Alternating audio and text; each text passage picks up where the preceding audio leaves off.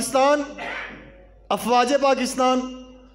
پاکستان ایک اسلامی ملک ہے، اللہ تعالیٰ کی طرف سے تحفہ، ہم اس کی بے حد قدر کرتے ہیں، لیکن جو خرابیاں ہیں قوانین کے اندر، انتظامات کے اندر یا دیگر معاملات کے اندر، ان پر بات کرنے کا ہم حق رکھتے ہیں، کیونکہ یہ ملک میرا اور آپ کا ہے، کسی کے باپ دادے کی جاگیر نہیں ہے۔ اسی لیے آج جو میری گزارش ہے آپ سے، جو بڑے حضرات بیٹھے ہیں میری بات کو سمجھیں گے کہ ذوالفقار بھٹو نے ایک تنظیم بنائی تھی ذوالفقار نامی، دہشت گردی کے بہت سارے واقعات کے اندر ملوث پائی گئی۔ ضیاء الحق صاحب نے اس کے مقابلے کے اندر اور اس کو ختم کرنے کے لیے اور کراچی کے اندر اپنا کنٹرول بنانے کے لیے MKM بنا دی، آج تک ہم بھگت رہے ہیں اس کو۔ اب PTI نے ٹائیگر فورس بنا دی، اب نون لیگ والے انہوں نے جناب شیر جوان فورس بنا دی۔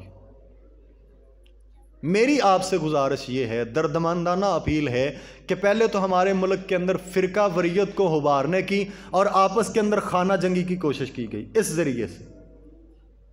اب جب یہ نہیں نہ ہو سکا، اب لوگوں کو تیار کیا جا رہا ہے فوج کے خلاف، لوگوں کو ابھارا جا رہا ہے، اب فوج اور عوام کو ٹکرانے کی کوشش کی جا رہی۔ اچھا، میں کہتا ہوں کہ چلیں جی یہ نہیں ہو سکے گا، اچھی بات ہے، اور ہماری بھی یہ دعا ہے کہ ہمارا ملک جو ہے وہ پرامن رہے، محفوظ رہے، کسی قسم کی کوئی خانہ جنگی نہ ہو۔ لیکن جب آپ جیالہ پن کے ٹائپ کے اندر کسی بھی پارٹی کو اندھی عقیدت کے ساتھ اور شخصیت پرستی کے ساتھ جوائن کریں گے تو پھر یہ ہے کہ کل کو جناب شیر جوان فورس اور ٹائیگر فورس ہو سکتا ہے آمنے سامنے ہو جائے، تو نقصان کس کا ہوگا؟ پاکستان کا، نقصان ہمارا ہوگا۔ تو اس لیے کوئی بھی فرشتہ نہیں ہے، سارے کے سارے بہت ساری خرابیاں ہیں کسی کے اندر، کوئی اچھا کرتے ہیں ہم اس کو اپریشیٹ کرتے ہیں، اور اگر کوئی برا کرے گا ہم اس پر تنقید کریں گے، لیکن اتنا جو ہے